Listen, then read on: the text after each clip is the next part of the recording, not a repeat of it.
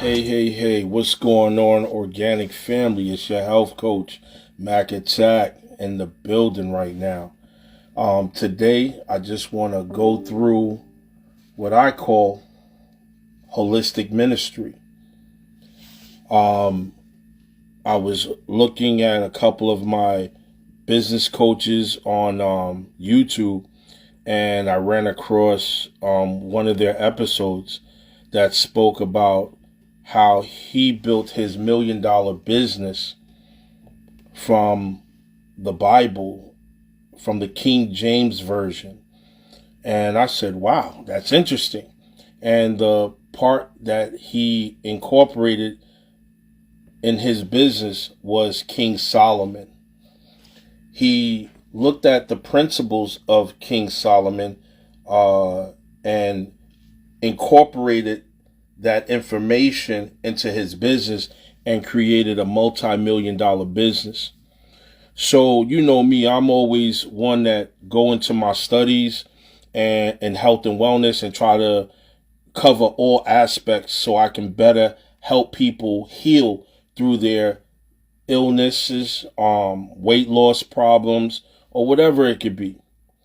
So I tapped into the Bible, not for religious purposes, but for information, because the Bible teaches business, it teaches diet, it teaches real estate, it teaches many different things. What's going on, E-Man? What's going on? So basically, I'm talking to you today about health and well-being from a biblical standpoint. So let's get rooted, taking health and wellness from the blueprint of the King James Version. Let's get rooted now. The subject we're going into is Proverbs 13:17. And it states, "A wicked messenger fallen into mischief, but a faithful ambassador is health." Now, when we look into just that sentence alone, a wicked messenger fallen into mischief, but a faithful ambassador is health. As a health coach, we don't believe in being wicked, or we should not be supporting being wicked, trying to push herbal products or give you the wrong information just for financial gain. You should be an ambassador of faith and give your people, your clients, your organic family the proper information that they need to recover, regain proper health, lose weight, get off of medication, or whatever it may be that they're trying to achieve. You should be a faithful ambassador. So let's dig deep. Following up, a wicked messenger falleth into mischief. This part suggests that someone who's deceitful and untrustworthy in delivering messages or information will eventually face negative consequences. So, of course, if I'm giving you the wrong information purposely just to get into your pocket, instead of being true to nature and giving you the proper information so you can regain proper homeostasis, then it comes with negative consequences. You know, you had a doctor that was just arrested not too long ago who told every patient that he had that they had cancer, and they didn't have it. And he's prescribed them all these medications, put them on chemotherapy, and the whole 9 yards. That was a wicked messenger. Okay? And what's crazy is, and this, you know, I believe in doctors out there. They all serve a purpose, just like health coaches. They serve a purpose. You know, you have to become your first doctor. You have to become your first health coach. If you don't know where to start, there are people out there that already started it. You just have to tap into that frequency and find the right person for you so that you can get the results you're looking for. Okay? So, let me go back to the passage of Proverbs 13:17. So we already know that it faces negative consequences when you're untrustworthy. Their dishonesty or malice will lead them into trouble or harm. It will definitely lead you to trouble or harm. But a faithful ambassador is health. In contrast, this part highlights the positive outcome of having a trustworthy messenger or ambassador. A faithful messenger brings health or well-being both literally and metaphorically. They promote peace, trust, and positive outcomes through their honesty and reliability. Overall, the verse emphasizes the importance of integrity and trustworthiness in communication and interactions.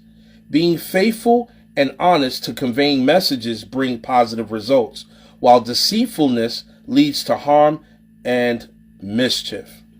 So I want to tell you that you got to make sure that the people that you're following, I don't care if they're doctors or whatever the case may be, or health coaches or holistic medicine or whatever is out there, you have to make sure that they're trustworthy. You have to make sure that they have you at your best interests at heart. Also, remember that there's something called bioindividuality, means one man's food is another man's poison. So you got to make sure that what they're giving to you is right for you. That's why I don't push herbal protocol onto people. What I tell you to do is fill out my health history form so that I can know everything about you, create an avatar of you so that I can become you and better be able to aid you in the process of healing, physically and spiritually, because they both are parallel to one another. We're going to go to the next passage of 3 John 1:2. Beloved, I wish above all things that thou mayest prosper and be in health, even as thy soul prospereth. Following up with that is saying that this quote is from the New Testament, specifically from the third Apostle of John, verse 1-2 in the King James Version. So let's get rooted and let's break down the meaning. Beloved, I wish above all things that thou mayest prosper. The speaker, likely John the Apostle, expresses a deep affection for the recipient for the message, referring to them as beloved. So, of course, he's using kind words and gestures of that time. The wish for prosperity indicates a desire for the person to thrive and succeed in various aspects of their life, including material and worldly success. It's not just, the message was not just for the person on a spiritual level, but it was for their overall health, from their life, including material and worldly success. So that just lets you know, when we talk about health, wellness, nutrition, it's not just food. It's anything that nourishes the mind, body, and spirit. Remember that. And be in health, even as thy soul prospereth. This part of the quote emphasizes not just material prosperity, but also physical health. The speaker desires that the recipient's well-being extends beyond material wealth to include good health. Moreover, the phrase, even as thy soul prospereth, suggested a parallel between physical well-being and spiritual well-being, like I said earlier. In other words, the speaker wishes for the person's spiritual health and growth to mirror their physical prosperity. They both are in alignment. If you're sick on the outside, you're sick on the inside. If you're sick on the inside, you're sick on the outside. Don't think that they're separate, because they're all connected. Remember that. When I tell you why are you eating? Well, more or less, when I ask you, what type of food are you eating? And you tell me that you're craving a lot of sweets. So your psyche, your spiritual, is craving sweet, creamy, comforting food. So that means there must be a nurturing issue that you're trying to deal with. So your psychological chose a physical to create comfort, which is the food, and now you don't realize why you're engulfing into that creamy, soft, sweet substance, and not knowing that it's your past that's catching up to you. And this is why having a health coach is so important. I'm going to keep on preaching it, is because if you didn't need a health coach, you wouldn't be sick, and you're not holding yourself accountable. So hiring a health coach to be right there, to stay on top of you so you can stay in the game, it's a great self-investment. So now we go back to the 3 John 1:2, and I'm going to read over this one. And to be in health, even as thy soul prospereth. This part of the quote emphasizes not only on material prosperity, but also physical health. The speaker desires that the recipient's well-being extends beyond material wealth to include good health. Moreover, the phrase, even as thy soul prospereth, suggests that the parallel between physical well-being and spiritual well-being. In other words, the speaker wishes for the person's spiritual health and growth to mirror their physical prosperity. So it has to mirror one another for you to be in alignment. Overall, the quote conveys a heartfelt desire for the recipient's overall well-being, encompassing both material success and spiritual fulfillment, with a particular emphasis on physical health aligning with spiritual prosperity. If your mind ain't right, your food ain't right, your gut ain't right. Plain and simple. We're going to get rooted right now in our holistic ministry down to Proverbs 3.8. And like I said to everyone earlier, this is not from a religious standpoint. This is from a health and healing spiritual standpoint. Anything that's food nourishes the mind, body, and spirit. It doesn't just nourish one, it nourishes it all. But you got to make sure you take your time to digest the information that's given to you for longevity. So now in Proverbs 3.8, it shall be health to thy navel and marrow to thy bones. It shall be health to thy navel, the navel, which is the center, which is the core of the body, and marrow to the bones. Anytime you hear the Bible basically speaks of bones, they're talking about the physical body, because the entire body has a skeleton. So they didn't break it down and say skeleton, they said bones. So marrow to the bones. So let's follow up with that. Proverbs 3:8 states, it shall be health to thy navel and marrow to thy bones. And this verse is a part of the passage of the book of Proverbs, which emphasizes the benefit of, watch this, wisdom and understanding. How can you get proper health if you don't have wisdom or understanding? In order for you to get wisdom and understanding, you have to seek, and you shall find a health coach that can take you there, that can guide you there. Am I pointing? Yeah, I'm pointing at me. So that's something to think about, people. It's something to think about. Give me 1 second. So, the Proverbs that emphasizes on the benefits of wisdom and understanding. So let's break it down. Health is to thy navel. The navel here symbolizes the center core of one's being.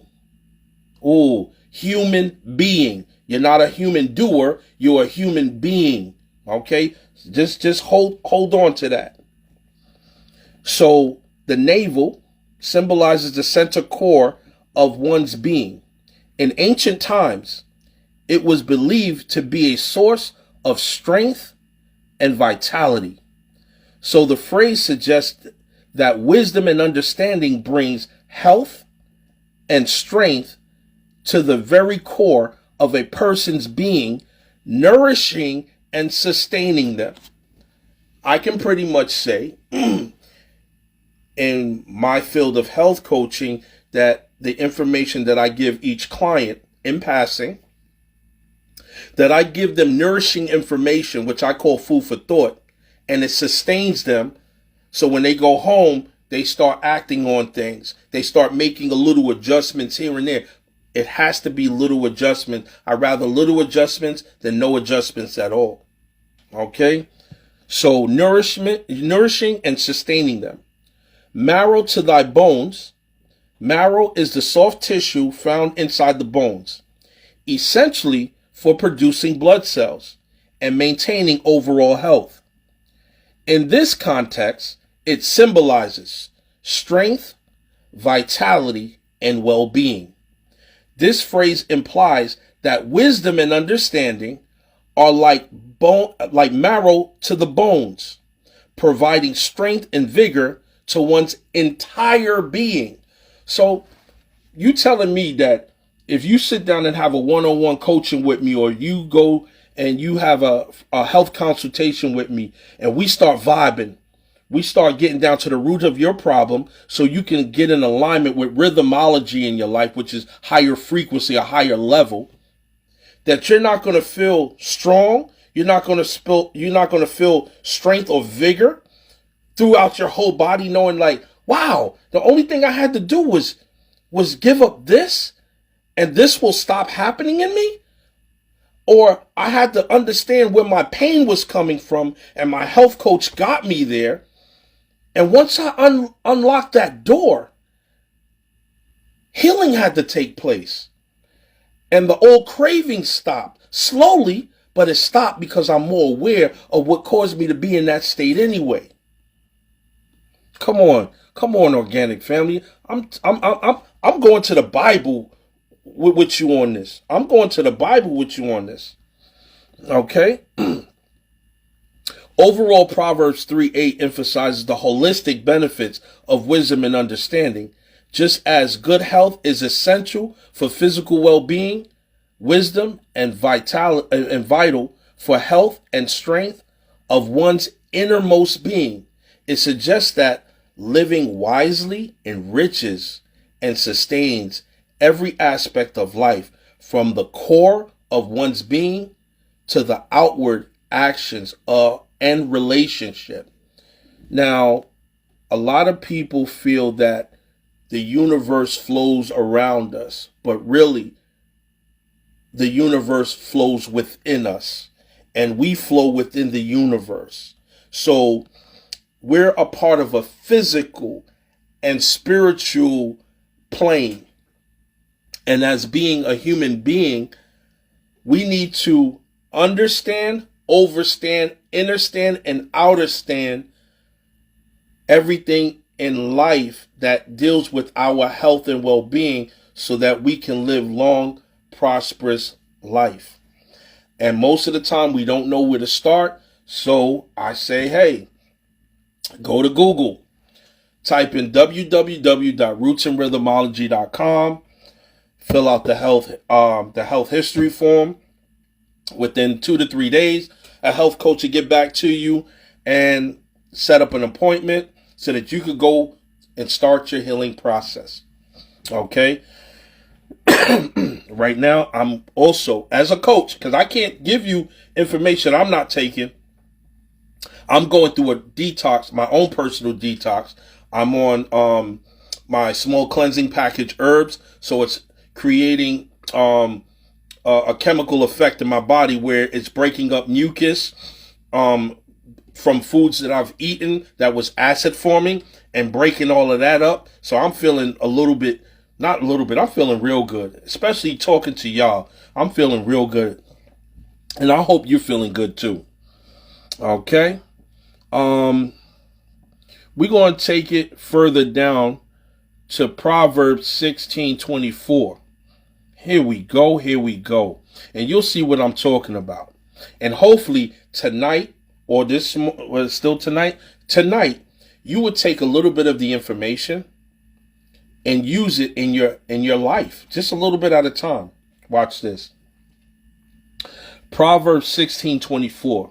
It states, "Pleasant words are as an honeycomb, sweet to the soul, and health to the bones." So we go back to the bones again. The bones represents the body. So you're telling me that pleasant words are as a honeycomb, sweet to my soul, as well as health to my bones. So what you're telling me is, if I was craving something sweet and you came into the room or the house and gave me a hug or spoke life into me that was nourishing to me, that I would no longer crave that sweetness, because remember that sweetness is a part of the nurturing process of your life that you're lacking. So just think about how ironic it is that you're about to go and pick up that ice cream, but the person that you're well connected to came into the house before you got to the fridge and got that bowl ready and got the little syrup or whatever you put on your ice cream, right? And they came and held on to you, stared you in your eyes. I call that soul to soul. And told you the words that were comforting to you. You wouldn't go for that ice cream. I could pretty much guarantee that you wouldn't go for the ice cream, because there's a connection there. And because there was no connection there before, you went for the food that would comfort and fill that void in. But with pleasant word being as sweet as honeycomb to the soul and health to the bone, the Bible says something different. Let's get rooted. Now, instead of repeating that same verse, we're going to say the verse uses metaphorical language to convey a profound truth about the power of speech. The same way, let me just tell you, words are power. Let me ring the dawn. Gotta do the dawn, because I'm about to drop a gem. Words are so powerful. You could bring happiness to a person or anger to a person. By your words and how you receive those words can bring you life or bring you death, causing you to be angry where you're getting migraines and you're creating so much of an acid a chemical reaction in your body, causing the thyroid and the parathyroid to flare up, causing the adrenals to want to get you to flex because you're about to go into fight mode. Words are powerful. Powerful. That's why we gotta be careful how we curse. Because sometimes when we curse at people, we throw those energies at them. We gotta be mindful of that. We gotta be mindful of how we talk to ourselves. And as I'm telling you, organic family, that it's not just what you say, it's what you think. Because you have verbal communication and non-verbal communication. If I don't like you and I see you in my presence and I turn my back towards you while you're talking to me, but I never said that, that's still communicating, people. And also, let's dig even deeper. It's also how you talk to yourself. It doesn't matter too much of what people say about you, but when you start believing it and start saying it to yourself, that's when you start breaking the spirit.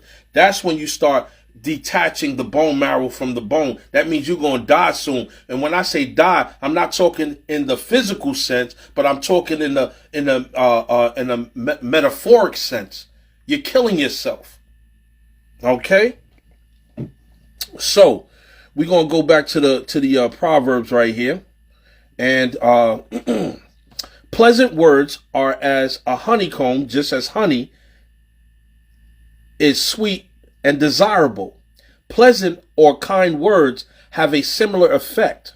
Honeycombs is associated with sweetness and richness. So this part is the verse suggested that when people speak kindly, gently, and with positivity, their words are as delightful, cupcake delight, delightful and attractive as honey. Sweet to the soul. The soul requires the innermost essence of a person's encompassing their emotions and thoughts. When you touch a person's soul, you hitting their emotions. When I tell you you got greatness in you, when I tell you, yo, I believe in you, when I tell you how much I appreciate you, when I tell you I said thank you, when I said I thank God for having you in my life, I thank God for allowing me to be in your presence, that will bring so much energy to you that it will feed your soul.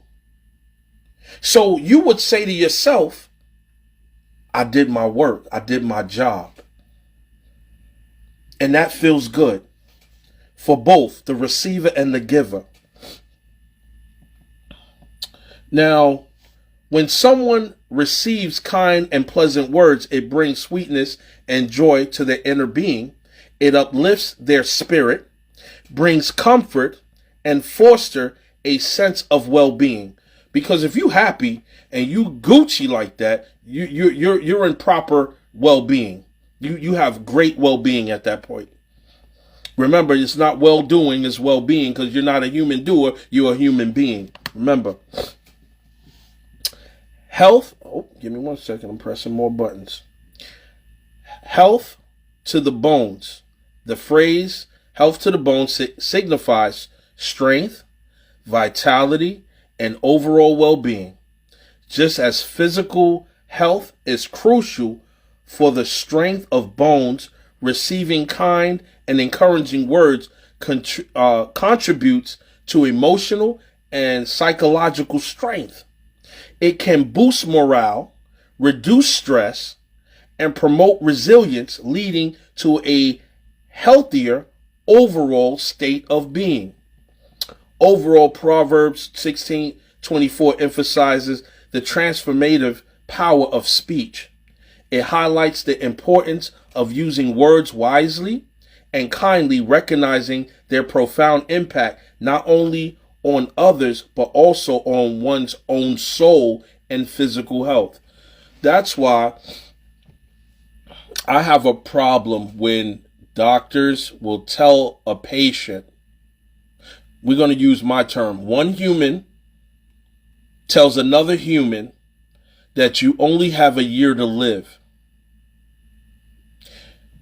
By you using those words, that power over them, you really reduce their time less than that 1 year, because now you just stress that person. From that time that you said those words to them, you stress them every day of their living life. There has to be better words utilized with the medical federales other than you have this amount of time to live. Who are we to tell another human being how much time you have on earth? We didn't bring you here, and we definitely not trying to take you out. So come on. Make sense. Because right now it don't make sense. I'm going to hit one more passage, and then we're going to conclude tonight Holistic Ministry. This is my first time doing this. I'm going to work on doing this, if not every Sunday night. We're going to make it happen. I need people to be more educated over medicated. Think about it. What's the difference between medication and poison? The dosage. Better ask somebody. The last verse I'm going to touch base on is Psalm 67:2. That they, it's always that they, thy, though, all of that. I got to get back to my poetry. Okay, got to get back to my poetry. That they may, that they way, oh, excuse me, that thy way may be known upon earth, thy saving health amongst all nations. So we're gonna break it down. Let's do this because I'm losing with thy way may, thy way may. Okay, so basically, to be known upon the earth and saving health among all nations. Let's follow up with that. Now, that verse basically breaks down to saying that the verse expresses desire of God's way and salvation to be made known throughout the world. Here's the breakdown to this real quick. It says that that thy way may be known upon the earth. This part of the verse expresses a desire for God's path, his principles, and his will to be made known and understood among all people on the earth. Nutrition is paramount. Nutrition, like when I'm not just talking about food, I'm talking about food for thought. I'm talking about how you feel, how you think, the people you have around you. I'm digging deep like that. I don't want you to only think about just one thing. I want you to think physically and metaphorically, because you're physical and spiritual. So the way I help you on a dietary, which is a physical, I also need to help you on your spiritual journey. And this is what the Most High has on the path to understand his principles, and will be made known and understood among all people on the earth. It reflects the universal scope of the message, emphasizing the importance of spreading knowledge of God's ways to all corners of the earth, of the world.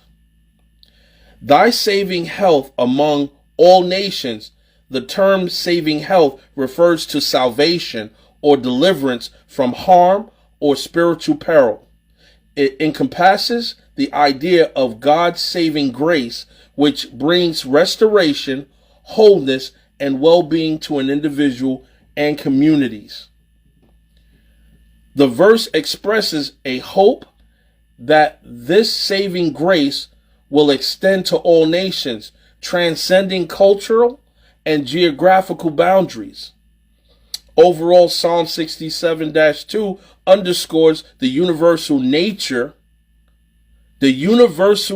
of God's message of salvation and the desire for it to reach all principles. It reflects a deep longing for God's guidance and redemption to be experienced by individuals and nations worldwide, highlighting the importance of spreading the knowledge of God's ways and his saving grace to all humanity.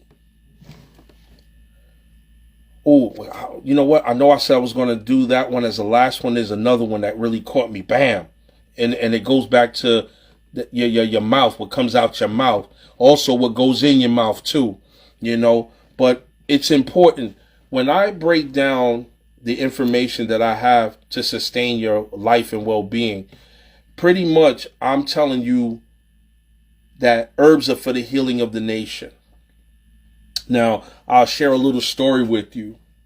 When I created Roots and Rhythmology, I don't know where the word came from, but the Most High put it in me, and the download came and the words came out. And the word rhythmology, I was just spelling RYTHMOLOGY, writing it the whole time, not paying attention, just writing it.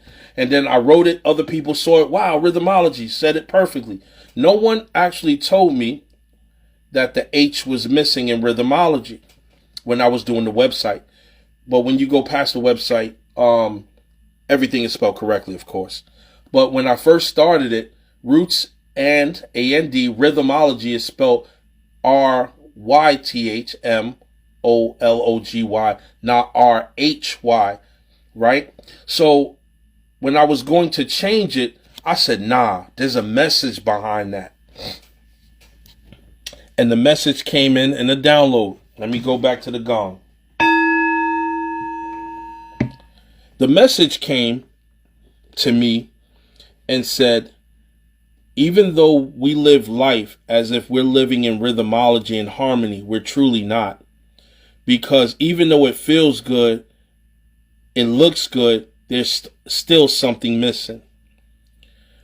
When I realized that the H was missing and I realized what the H stood for, it dealt with, and I'm about to point out the H's that were missing.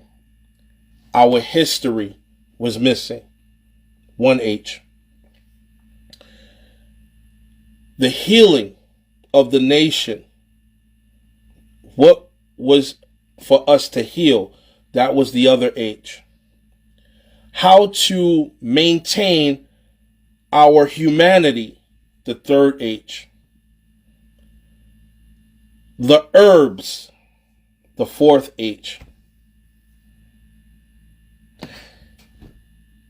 When you realized that you wasn't learning from your story, you was learning from other people's his story and not your own, that's when you realize that there's something different.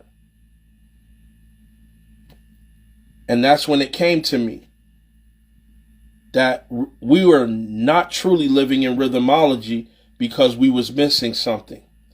And in order to understand health, you have to be in a sick state, and you need to know how to heal yourself.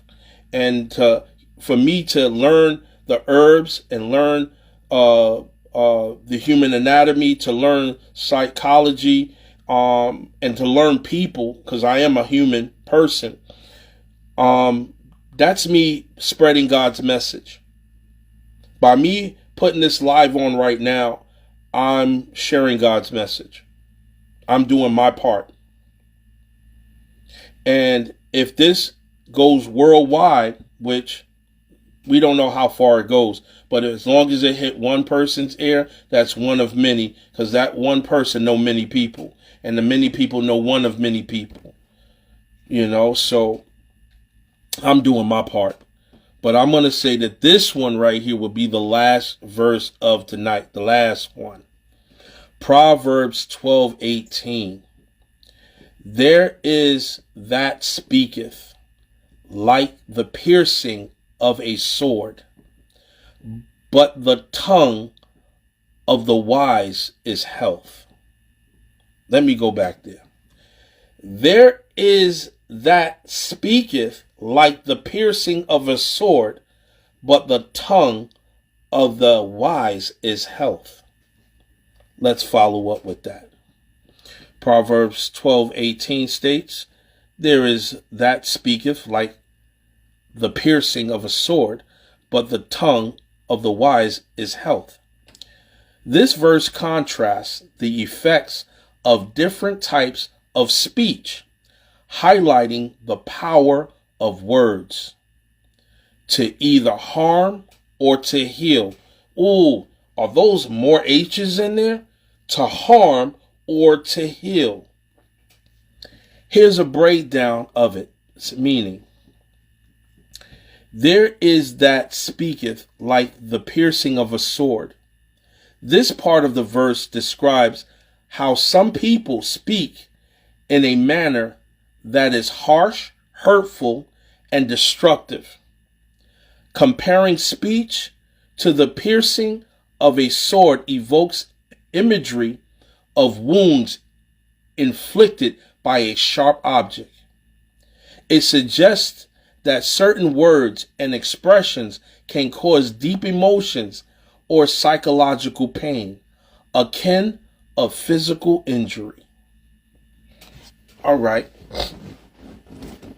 I was looking at a motivational speaker on TEDx, and he was breaking it down, and I see how everything in the universe is entwined. from my understanding, as adults, our mind goes into beta, alpha, beta, or something like that. And the children are on a different frequency. We deal with responsibilities, bills, paying, this, that, and the other. Kids, they're kids. And when they go to a store, they want everything. That's just a given. We know our kids. They want everything. But our mind isn't there. Our mind is so crazy where we're saying, listen, keep quiet. I'm trying to concentrate on what I'm paying at this register. And also concentrating on the bills. And the kid is like, but dad, mom, I want this. Listen, you don't deserve this, Johnny. You don't deserve it. Stop. We said that so that Johnny could calm down. But what we just did to Johnny was destroy his universe. How did we do that? The only thing Johnny remembered is that, this is getting deep, that he wasn't good enough for it. He doesn't deserve it. So what Johnny does, because your tongue was like a sword, it destroyed, it ripped into his flesh and his emotional being, that he's going to start feeling and acting out like he's not worth it. He don't care. As things start turning for the good for little Johnny, Johnny is going to compromise it because he's going to feel undeserving of the good grace because someone close to him, someone he loved, took out the sword from their mouth and slashed him with words of, you're not good enough. You don't deserve this. So Johnny lives his entire life feeling undeserving. Until he reached Roots and Rhythmology health coach, Mac. And we start tapping into his past. And we start healing those wounds. And start understanding and understanding and overstanding that why the person responded that way doesn't make it right, but this is what they were truly saying, not what we held on to for so long. So I'm not only dealing with this adult being in front of me, I'm dealing with the child, the inner child of that adult being. It gets deep. That's why people tell me, yo, Mac, you're good because you really go in and you really break it down to people for them to understand what you're saying, and you give them a fresh start. And that's I'll tell you about my little canvas idea, but that's for another session. We're going to continue this by saying, but the tongue of a wise is health, but the tongue of the wise is health. So that would be, in this situation, for little Johnny, who's big Johnny now, would be his health coach, who his tongue became wise to health, because now we're healing. We're showing you how to heal. Where did the hurt come from? Where did the harm come from? So we're in the healing process, right? In contrast, the verse emphasizes that positive impact of wise and thoughtful speech. The tongue of the wise refers to speech characterized by wisdom, kindness, and understanding. Instead of causing harm, such words bring healing comfort and well-being to those who hear them. This kind of speech fosters positive relationships, builds trust, and promotes emotional resilience. Just think about it. You might have somebody that you know that has a child or a teenager that's going through a lot of things. We need to go and revamp what's going on and take power back and give back the power to our children that was taken away from them without us purposely taking it away from them because of the construct, because of life, the challenges that we deal with. But some of us, I'm going to say, it's never too late. And some of us that won't make changes will make you. Remember that. Overall, Proverbs 12:18 underscores the importance of exercising wisdom and discretion in communication. It warns against the destructive power of harsh and hurtful words while extolling the healing and beneficial effect of a wise and gentle speech. The verse encourages the cultivation of a speech that promotes harmony, uplifts others, and contributes to all well-being. So we're going to end the night with that part right there.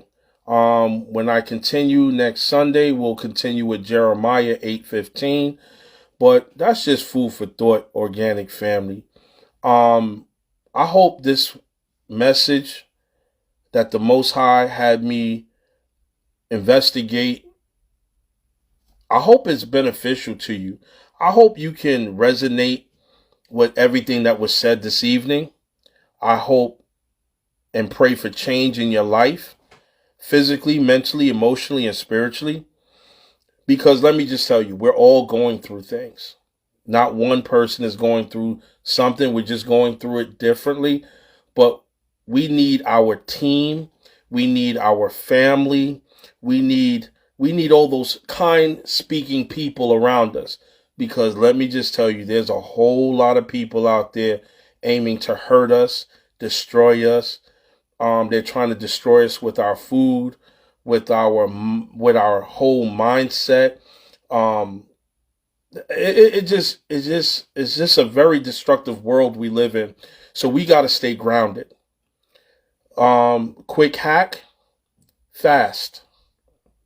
When I say fast, I'm talking about not just refrain from eating food, but even listening to certain people, going certain places, being around certain things, because we're falling apart. We need to detox from all these different entities so we can reach our higher self. And through that fasting process will allow you to get that in your time. But I want to say thank you for participating with me in my holistic ministry. I hope to see you next weekend on Sunday around 10 o'clock, God's willing. And thank you for everything. And as we say in Roots and Rhythmology, because it's never going to stop, a little R&R could go a long way. Have a blessed night.